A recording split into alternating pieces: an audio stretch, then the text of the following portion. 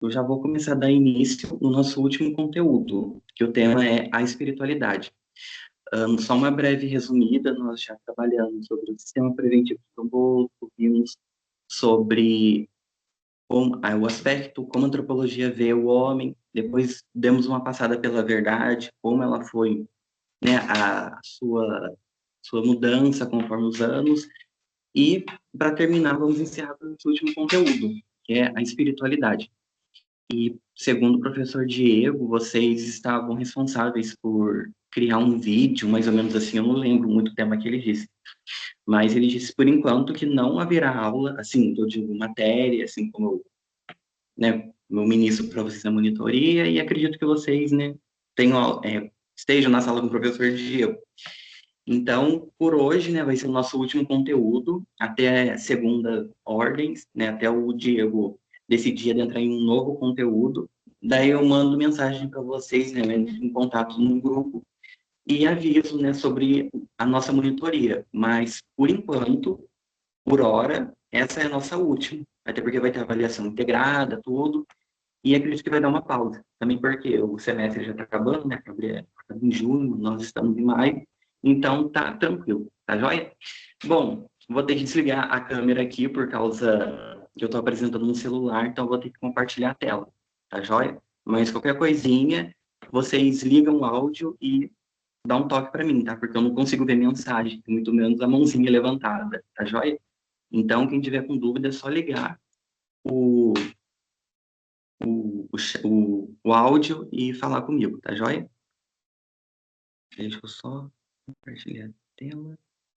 Os slides que eu vou usar hoje são os mesmos, né? Só que hoje eu vou fazer uso do slide do professor Diego, tá joia?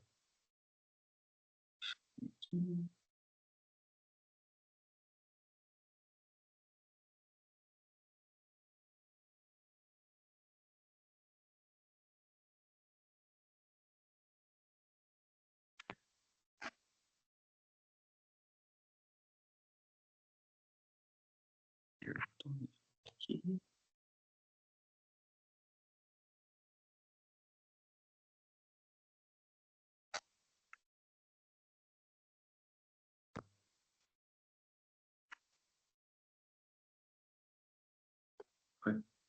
Epa.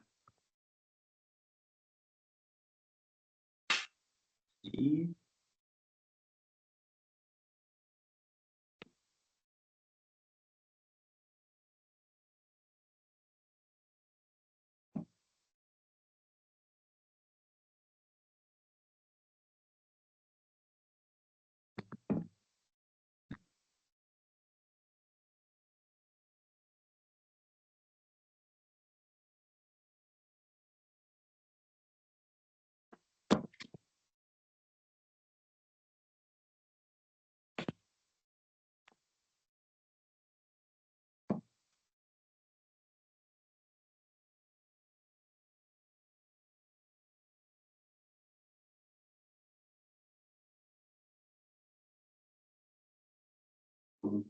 agora,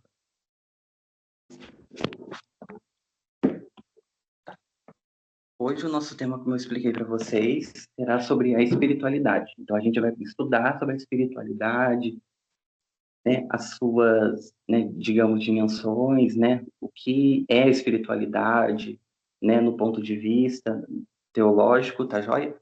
Então, esse é o nosso último tema. Vamos começar. A primeira pergunta, o que é espiritualidade? Essa é uma pergunta muito ampla, digamos assim. Ela não tem um significado, né, mas com base em algum estudo a gente pode conceituá-la, tá joia? E o significado da espiritualidade é algo que transcende fronteiras religiosas. Transcende vem de transcender, ou seja, transcender algo além. Então, a espiritualidade ela vai muito mais além do que as fronteiras religiosas, ou seja, além da religião. Ela vai algo muito mais além do que a religião, né, propriamente a própria religião. E ela representa uma busca pessoal por significado. Então, a pessoa que busca espiritualidade, ela busca um sentido, né? Uma busca pessoal por algo.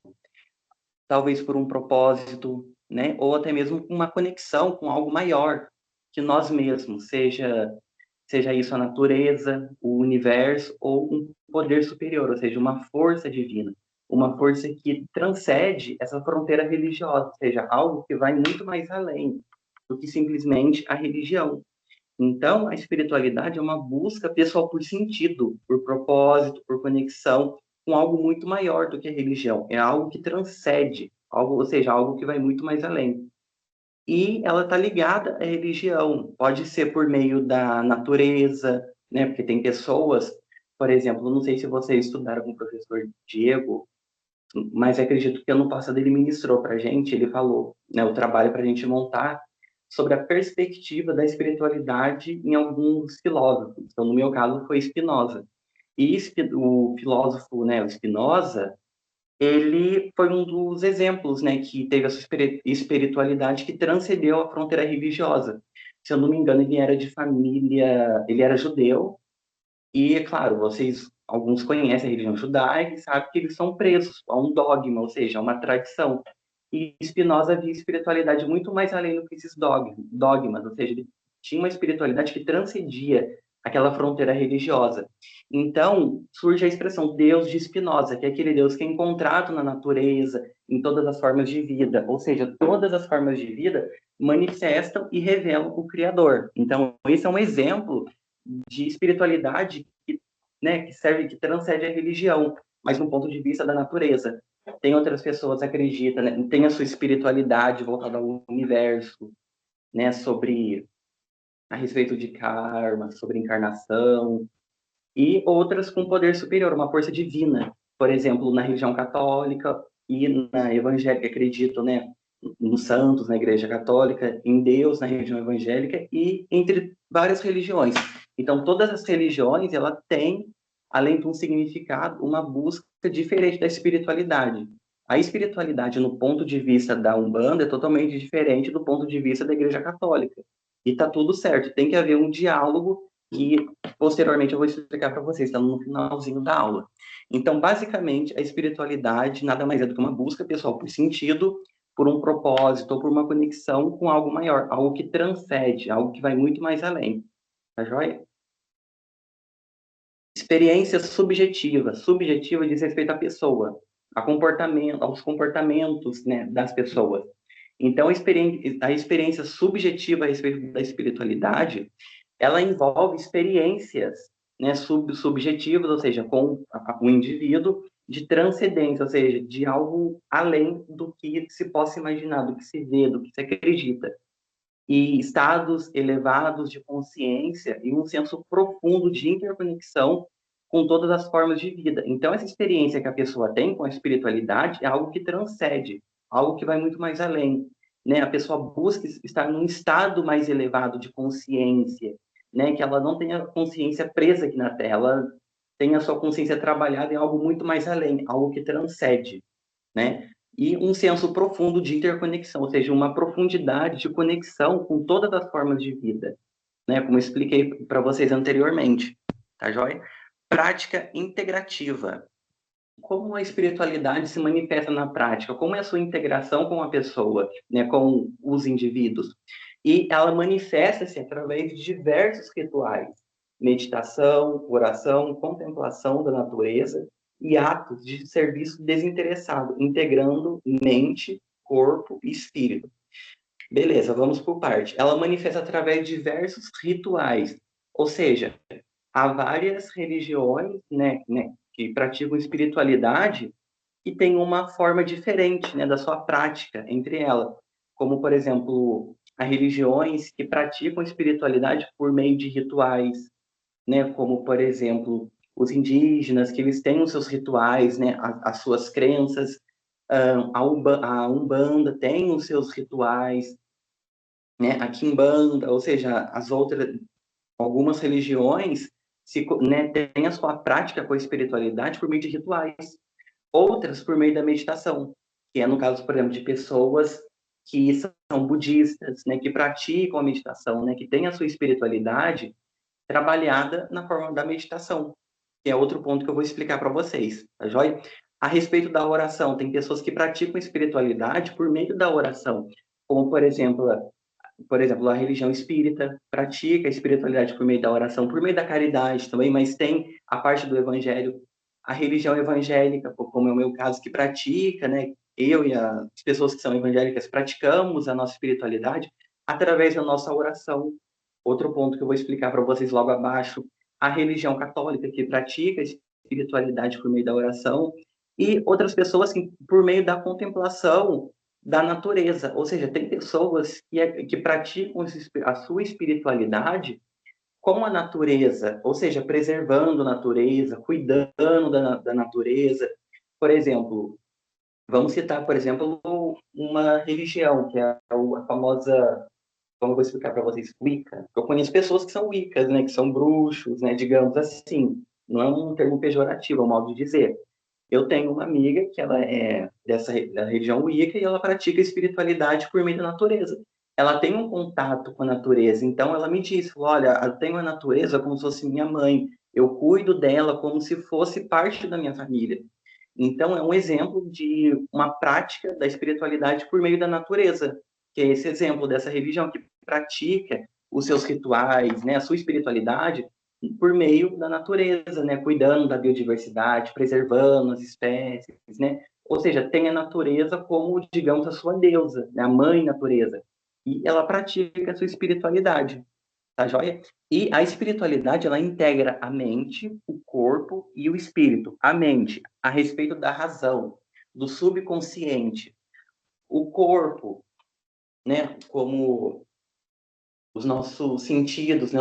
Como eu vou dizer, os sentidos que nós temos, né, a função do nosso corpo, por exemplo, como eu vou explicar para vocês, a meditação é um exemplo de prática integrativa no corpo, porque ela melhora a saúde mental da pessoa, a pressão arterial, né, os batimentos cardíacos, né? Então a espiritualidade está ligada com o corpo. Uma vez que a pessoa pratica a espiritualidade, o seu corpo vai reagir de forma positiva. A pessoa vai respirar melhor, vai ter, né, os seus sentidos, digamos, melhores, não vai ter um índice, né, de depressão, de ansiedade. Por quê? Porque o seu corpo está em sintonia com a espiritualidade. A respeito do espírito, estudamos que o espírito é algo transcendente, algo que transcende, né, a religião, ou seja, ela vai muito mais além do que nós possamos imaginar. E a mente, como eu disse para vocês, a respeito da razão, a respeito do nosso neuro, né, das substâncias, como por exemplo, dopamina, que eu vou explicar para vocês, que faz parte do nosso corpo e que, uma vez praticada a espiritualidade, o nosso corpo vai reagir bem, né? A nossa alma, né, que está ligada aos nossos sentimentos, ou seja, tudo isso integra a espiritualidade, né? A partir de diversos rituais, oração, a respeito, né, que ela integra a mente, o corpo e o espírito, como eu disse para vocês agora. Certo, agora vamos ver a espiritualidade ao longo do tempo. Vamos começar na contemporaneidade. No mundo contemporâneo, a espiritualidade emerge como uma dimensão fundamental da experiência humana, que coexiste e contempla avanços científicos e tecnológicos, oferecendo equilíbrio essencial para uma vida plena. Então, a espiritualidade na contemporaneidade, ela emerge como uma dimensão fundamental da experiência humana, ou seja, está ligada da experiência humana que coexiste e complementa com avanços científicos e tecnológicos. Então, hoje em dia, por exemplo, a espiritualidade na contemporaneidade, a pessoa pode praticar a espiritualidade por meio de, vamos se dizer, por meio de terapias, de encontros, né, que tem na internet, por meio de cursos, né? Então a espiritualidade ela pode ser praticada, né, por meios digitais. Então por isso ela complementa com os avanços científicos e tecnológicos. Então a pessoa, né, devido aos avanços da tecnologia, da ciência, ela pode praticar a sua espiritualidade por meio da ciência, de métodos científicos, por métodos tecnológicos, né? E isso oferece equilíbrio essencial para uma vida plena, uma vez que a gente consegue equilibrar a espiritualidade, né, os avanços da ciência, da tecnologia, ou seja, usar os avanços científicos e tecnológicos ao nosso favor, ao favor da nossa espiritualidade, certo? Agora a gente vai ver a neurociência da espiritualidade. O que a neurociência diz sobre a espiritualidade? Alguma justificativa da ciência, né, da neurociência sobre a espiritualidade? É o que veremos a partir de agora. Vamos começar por um tema, por um tópico: alterações cerebrais. Estudos com neuroimagem, eles revelam que práticas espirituais como meditação e oração ativam o córtex pré-frontal. O córtex pré-frontal é aquela região do cérebro que controla funções cognitivas e emocionais. Então, quando a pessoa pratica espiritualidade, né, como, por exemplo, a meditação e oração, a ciência, né, a neurociência comprova que isso ativa o córtex pré-frontal. Porque, querendo ou não, quando você está orando, ou até mesmo quando você está meditando, você tem conexão com algo muito maior. E quando você tem uma conexão com algo maior, você vai entendendo, né? Você vai se autoconhecendo. Essa conexão permite com que você reflita. E uma vez você refletindo sobre os seus sentimentos, sobre o que acontece com você, por meio da meditação, da oração, por meio dessa reflexão, o seu córtex pré-frontal ele vai sendo ativado. E isso vai fazer com que você tenha uma boa função cognitiva e emocional. Você vai ter um bom controle emocional, o seu raciocínio, né, as suas funções cognitivas estarão se desenvolvendo, você estará, né, desenvolvendo o seu cérebro, e isso, uma vez que é desenvolvida essa parte do córtex pré-frontal no cérebro, isso vai se espalhando para o corpo todo, levando uma sensação de bem-estar, de conforto, e liberação de várias substâncias, como, por exemplo, a dopamina, a serotonina, que são substâncias, né, ligadas ao prazer, ao bem-estar, ao relaxamento. Né? Então, a partir da meditação da oração, uma vez que você vai ativando o seu córtex pré-frontal, você vai liberando substâncias ligadas ao seu bem-estar, ao prazer, né? Tal como serotonina, dopamina, se eu não me engano, tem outra que é endorfina, alguma coisa assim, né? Pelo que eu lembro, o leigo, né? Eu sou, tipo, agora eu tô sendo meio que um da Atena da neurociência. Então, o que eu estou explicando para vocês é essa parte que conta no slide e de umas pesquisas que eu fiz, que eu sigo vários médicos psiquiátricas e eles explicam isso a partir de palestras, muito legal. Enfim, e reduzem a atividade na amígdala. Nossa, não sei nem pronunciar.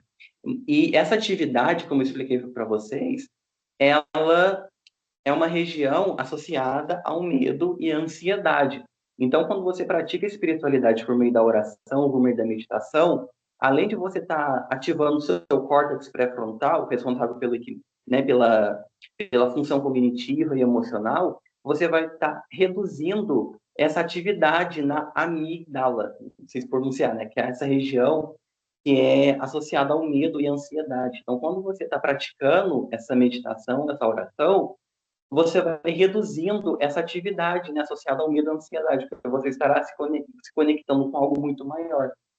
E os pesquisadores da Universidade de São Paulo, eles identificaram, ou seja, isso é cientificamente comprovado, o aumento na espessura cortical, que é, né, a espessura da camada externa do cérebro, em praticantes de meditação de longo prazo, associada à melhor regulação emocional, ou seja, a pessoa terá com a sua emocional, né, com o seu emocional regulado, né, a sua inteligência emocional, a pessoa vai refletir sobre o seu sentimento, sobre a sua emoção, e ela estará em equilíbrio, não só com a sua espiritualidade, mas com as suas funções cognitivas, né, com seus neuros, digamos assim.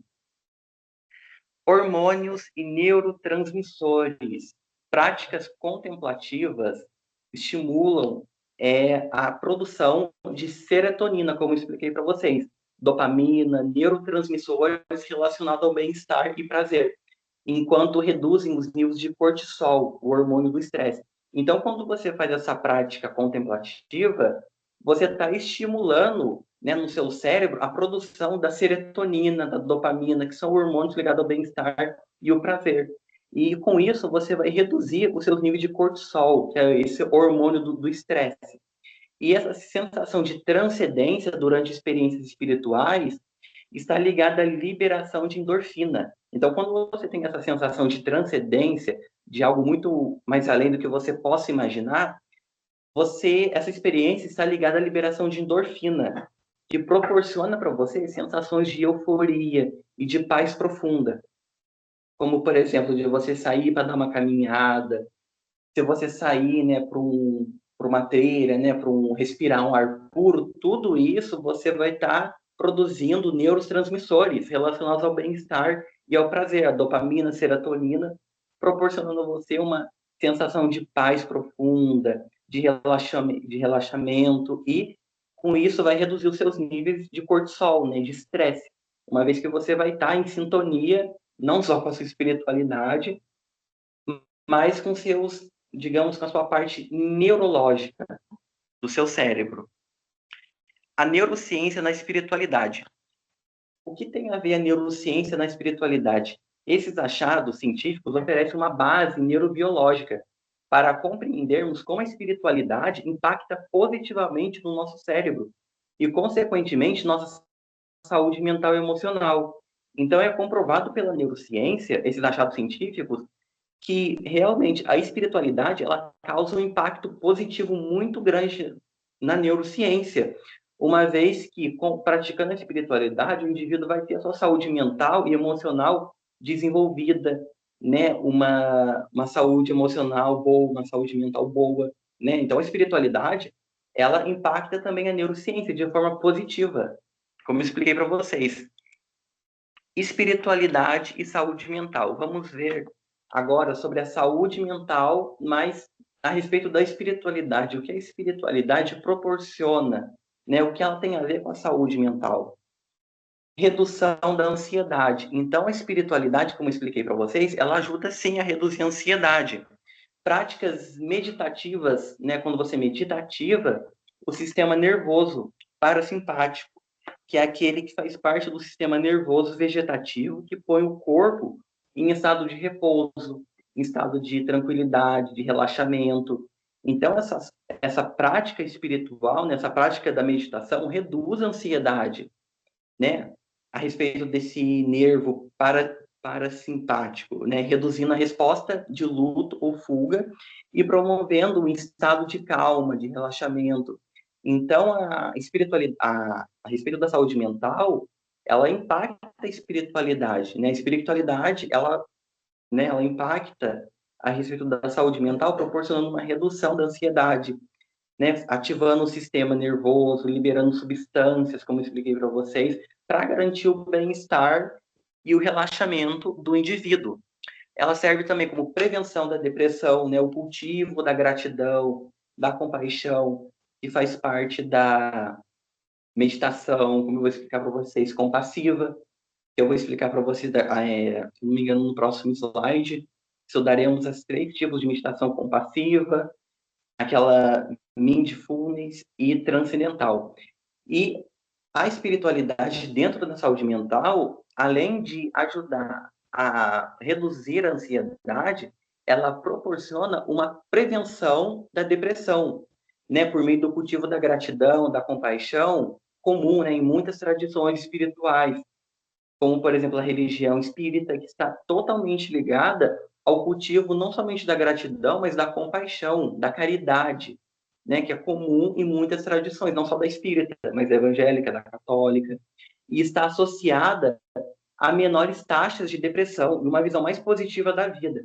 Então, quando você tem, né, a espiritualidade, ela ajuda a prevenir a depressão, porque a depressão ela começa, né, com sentimentos pessimistas. A pessoa não vê mais sentido na vida, não vê sentido na sua existência, ela simplesmente está depressiva.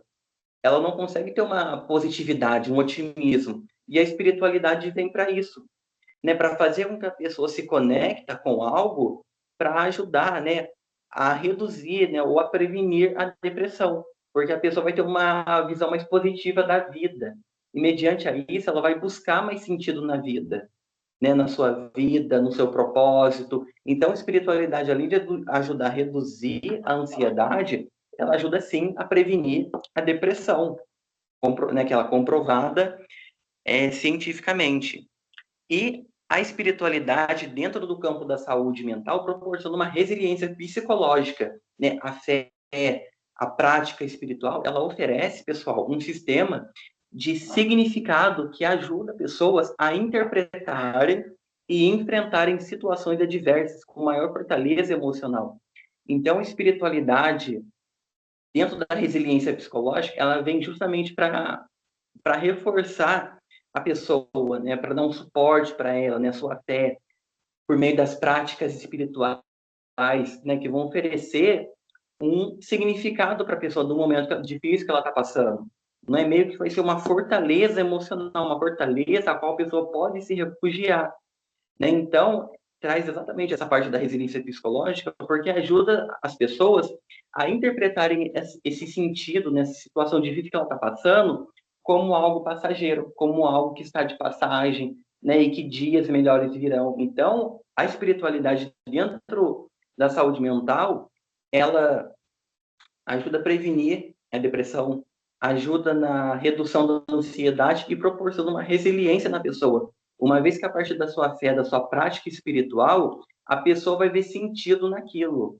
E ela vai ver, opa, eu estou passando por tal situação, mas eu tenho fé que daqui a algum tempo vai melhorar, né? Eu sei que tudo vai ficar bem, que isso é uma fase passageira. Então, isso que é uma resiliência psicológica, onde a pessoa pratica a sua espiritualidade, a sua fé, naquele momento difícil que ela está passando, acreditando, né? Um sentimento otimista, um sentimento ligado à positividade, que algo é passageiro e que dias melhores virão.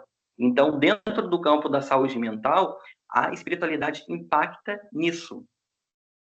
Ela também ajuda na parte da regulação emocional, né? Regulando o emocional da pessoa, né? Como técnicas espirituais como mindfulness, como eu vou explicar para vocês, que desenvolvem maior consciência e aceitação, né, das emoções, permitindo respostas mais equilibradas aos desafios. Então, quando a pessoa ela tem essa prática espiritual, né, além, né, que ela ajuda a regular o emocional da pessoa, desenvolve maior consciência e aceitação das emoções. Ela tem consciência daquilo que ela está sentindo, ela aceita aquela emoção e permite respostas mais equilibradas aos seus desafios. E é uma técnica de meditação que consiste em estar atento e consciente do momento presente. Eu não vou dar muitos detalhes agora para vocês, porque eu vou deixar para o próximo slide. Tá joia? Então, basicamente, a espiritualidade impacta nesse ponto na saúde mental, reduzindo a ansiedade, prevenindo a depressão, dando à pessoa uma capacidade de resiliência psicológica e ajudando a regular o seu emocional. E como vimos, né, espiritualidade e saúde mental, há uma pesquisa que diz que, né, da Associação Brasileira de Psiquiatria, que ela mostra que pacientes com práticas espirituais regulares apresentam a recuperação até 70% mais rápida de transtorno de ansiedade comparados a grupos controle. Então, é comprovado, né, segundo a Associação Brasileira de Psiquiatria, que a espiritualidade, uma vez impactando de forma positiva na saúde mental da pessoa, proporciona, ajuda, auxilia, né, a recuperação mais rápida da pessoa. E querendo ou não, vai estimulando o emocional da pessoa, vai liberando substâncias, como eu expliquei para vocês. Então, todos esses fatores, como eu expliquei para vocês até agora, impacta positivamente na saúde mental da pessoa, proporcionando uma melhora no seu quadro clínico, melhorando o seu sistema nervoso, seu sistema cardiovascular, certo? Então, essas são uma das formas, né, um desses fatores que a espiritualidade impacta positivamente na saúde mental do indivíduo. Meditação e seus benefícios. Agora nós iremos ver sobre os 3 tipos de meditação e quais são os seus benefícios para a pessoa.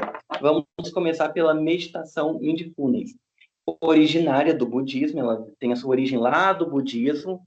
E o que consiste essa prática? Essa prática consiste na atenção plena ao momento presente, né, e que reduz significativamente o estresse crônico e melhora a concentração. Então, essa meditação, ela busca, né, a pessoa que pratica essa meditação, essa meditação busca focar no presente. Então, por meio dessa meditação, a pessoa terá, né, a sua mente treinada no presente.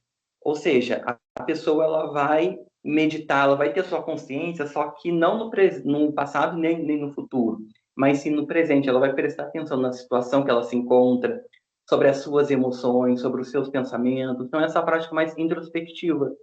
E essa prática vem exatamente isso, combatendo a ansiedade e a depressão. A ansiedade. Essa prática ajuda a reduzir a ansiedade, porque pessoas ansiosas, né, que gosta de prever o futuro, que fica preocupada com o futuro, ou até mesmo melhorar, né, prevenir a depressão da pessoa que é ligada ao passado, o que aconteceu com ela, suas mágoas. Ou seja, a pessoa não consegue se desprender do seu passado. E isso é um dos fatores que aumenta o índice de depressão. Outro assunto sobre a pessoa ansiosa. A pessoa ansiosa, ela gosta de prever o futuro.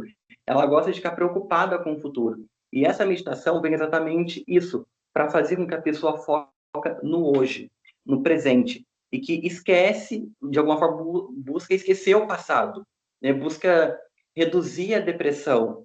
Como também essa meditação focada no presente, onde a mente é treinada, né, para focar somente no estado atual dela, ajuda a melhorar a ansiedade, né? A reduzir a ansiedade, uma vez que a pessoa não vai estar preocupada com o futuro, né, com o que vai acontecer com ela, como previne a depressão, uma vez que a pessoa não vai estar presa no passado. Então, ela vem nessa parte da pessoa preocupar com o presente, né, focar no hoje, esquecer o amanhã e buscar, de alguma forma, superar o seu passado, de ver aquilo como uma aprendizagem, como uma lição e focar exatamente nisso.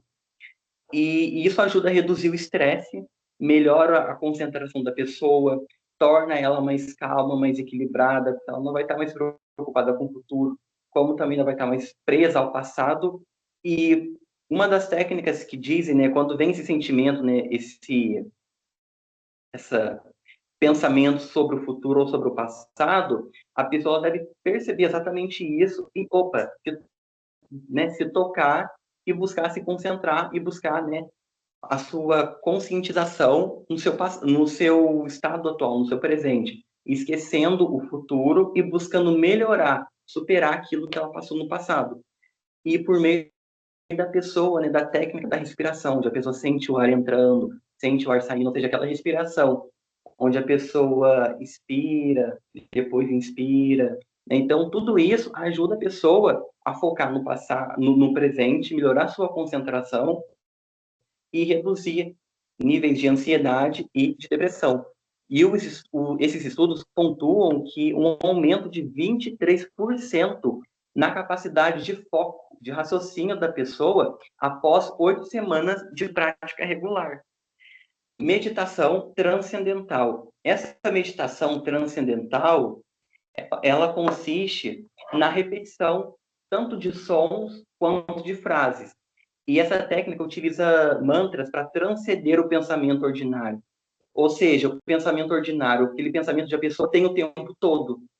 E essa meditação vem para a pessoa ir muito mais além desse pensamento, né, por meio dessa meditação, resultando em estados profundos de relaxamento e clareza mental.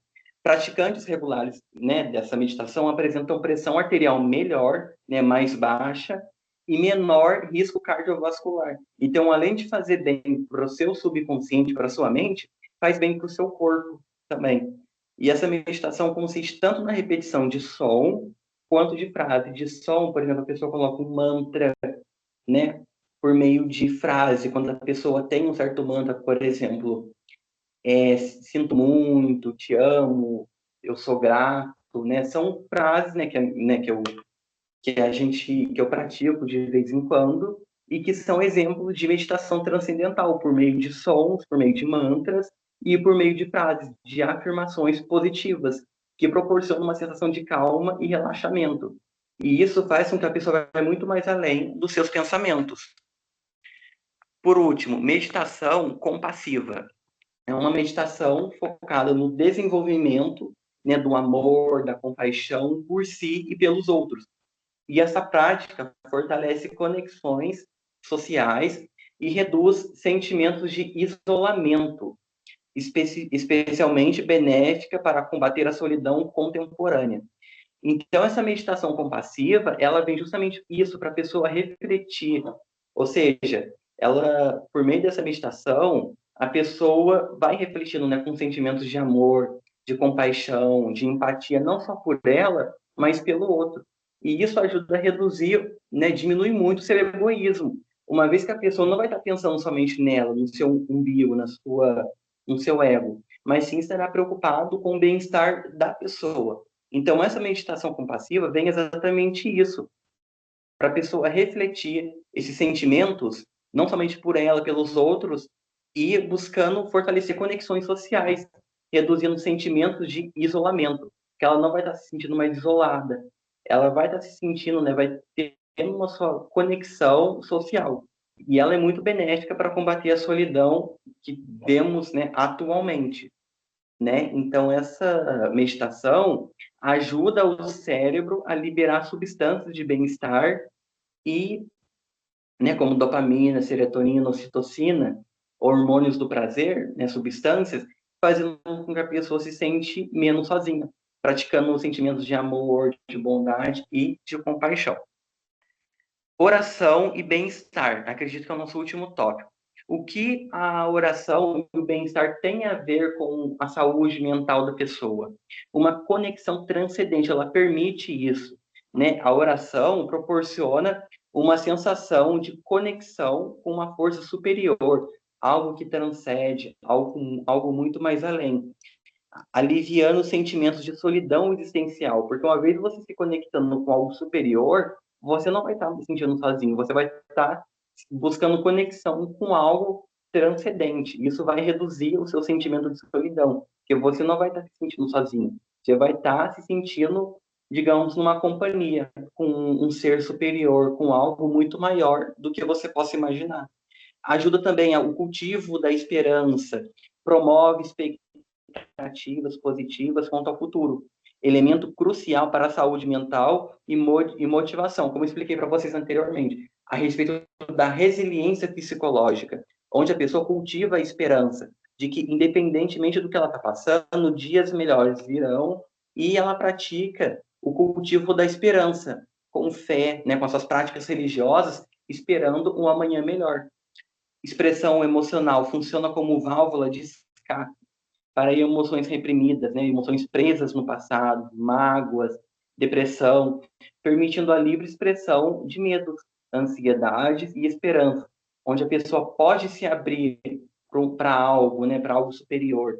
E não, além de não se sentir sozinha, funciona como uma válvula de escape, uma fortaleza, onde a pessoa vai estar se refugiando, vai ter um contato, vai ter uma experiência transcendental. Isso traz um aspecto da ressignificação, onde ajuda a encontrar sentido em situações difíceis, como a resiliência, como expliquei para vocês, transformando potenciais traumas, né, presos ao passado em oportunidade de crescimento, onde a pessoa vê o que aconteceu com ela como uma forma dela buscar um crescimento espiritual, dela buscar crescer e ser melhor a cada dia.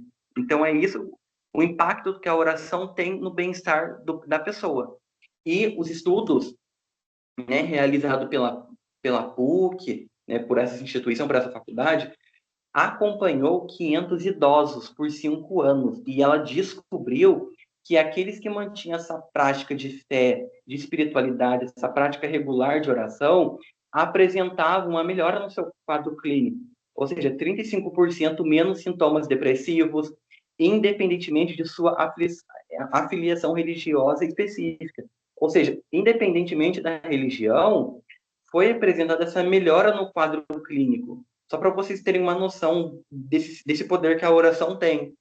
E isso engloba várias religiões, não está preso só na religião católica ou evangélica, mas em diversas outras religiões, onde a pessoa tendo esse contato, né, essa prática de oração, além de melhorar o seu emocional, melhora o seu quadro clínico, ajuda a reduzir sintomas, né, bem como também ajuda como um auxiliar na sua recuperação, ajuda, auxilia você a se recuperar, certo?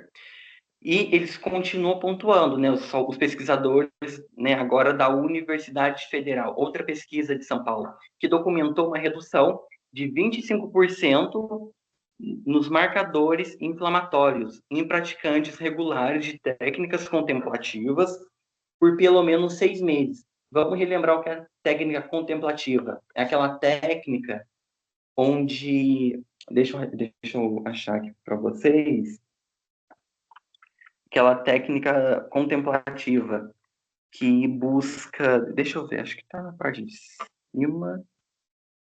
Contemplativa, aquela parte que contempla, né, sobre a pessoa, né, quando ela descobre sobre a sua, sobre o sentido que a pessoa tem na vida, sobre essa melhora que ela apresenta e essa prática que eles, né, que eles praticam a respeito da oração ajuda a regular técnicas contemplativas por pelo menos 6 meses. Essa são os dados que eles aprendem, esse tempo, né, durante 6 meses. E, além disso, observou-se aumento na variabilidade da frequência cardíaca, ou seja, aumentou, né, a variabilidade, ou seja, a variação da frequência cardíaca, ou seja, a pessoa já apresentou uma melhora na variação dos seus batimentos cardíacos, um importante indicador de saúde cardiovascular. Então, só para vocês terem noção que a prática da oração melhora, né, a frequência cardíaca da pessoa, né, e ajuda na sua saúde cardiovascular, não só na sua saúde mental, na sua saúde psicológica, certo? E, por fim, o diálogo interreligioso e harmonia social. O diálogo entre diferentes tradições espirituais emerge como poderosa ferramenta para a construção da paz e cooperação em sociedades plurais.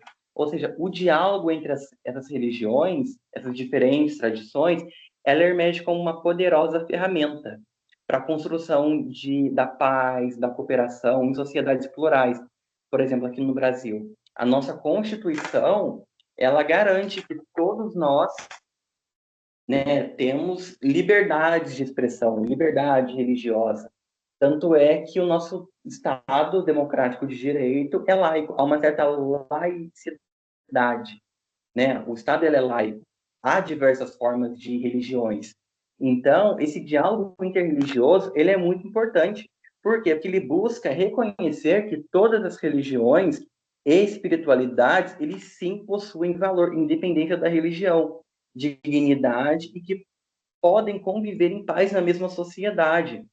Então, pessoas que têm diferentes religiões, elas podem sim conviver em paz na sociedade, ou seja, umas com as outras. É claro de que uma tem um ponto de vista, por exemplo, a Umbanda tem um ponto de vista sobre a espiritualidade que o evangélico não tem.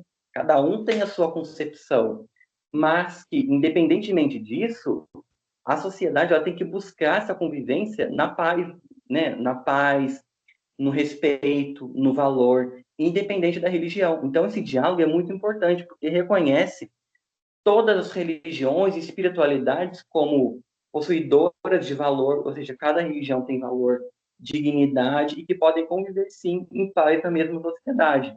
Exemplos, sobre o dia 21 de janeiro, né, Dia Mundial da Religião, buscar conscientizar nesse dia as diversas formas de religião, o respeito, a aceitação a essas formas, a essa pluralidade que tem, né, de religião, né, no nosso Estado democrático de direito. E um exemplo também seria organizações internacionais que reúnem líderes de várias religiões para defender os direitos humanos. Então, essas religiões, ela têm algo em comum, a pessoa humana, né, os direitos humanos. Então, os direitos humanos, eles estão ligados ao princípio da dignidade da pessoa humana, ou seja, a pessoa humana.